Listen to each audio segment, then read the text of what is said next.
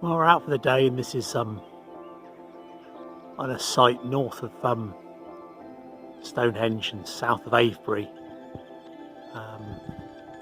called Lockeridge, Dene, and as you can see, beautiful sunshine. But what makes it really special is the existence of quite amazing Sarsen Stones. And back in the end of the Ice Age, the ice melted, and on top of within the glaciers would have been these stones, which, as it melted, got deposited on the ground. As you can see, they're still here. I think it's 8,000 and 9,000 years later, and they have a bit of a power about them. I know that's probably a human interpretation, but you can definitely see why, if these stones were in the landscape, you'd be drawn to them. And you can maybe even see why you'd be drawn to the idea of perhaps what they were.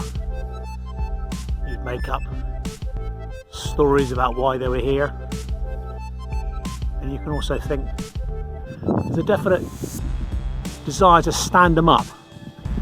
I know we're kind of used to the idea of standing stones, and perhaps that's why that's so obvious, the idea of standing them up. But somebody one day thought, do you know what, that looks like it's lying down in the landscape. And,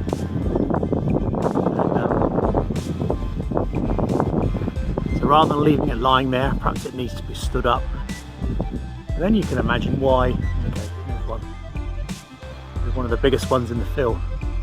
And you can definitely imagine why somebody said, well, now we stood it up,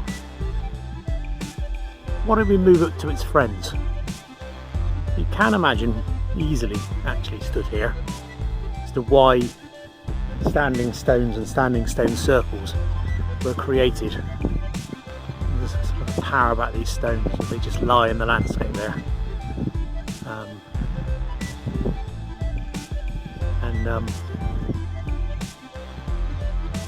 Why you would think perhaps that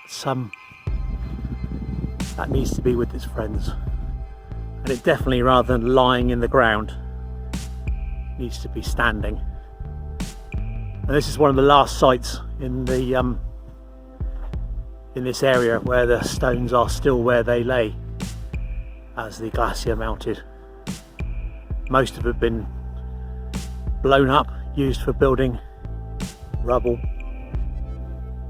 and obviously some have been turned into stone circles, but most would have been used for building work and construction and building houses.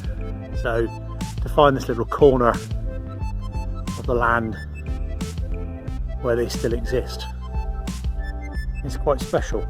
I'll turn around, you can see next to this bush just behind me, there's a whole bunch of them that goes off into the distance. It's easy as a human being to put sort of interpretations on these things, but they must mean something. And for us, 8,000, 9,000 years is a long time, but for the planet it's really nothing. But for us it's significant. So yeah,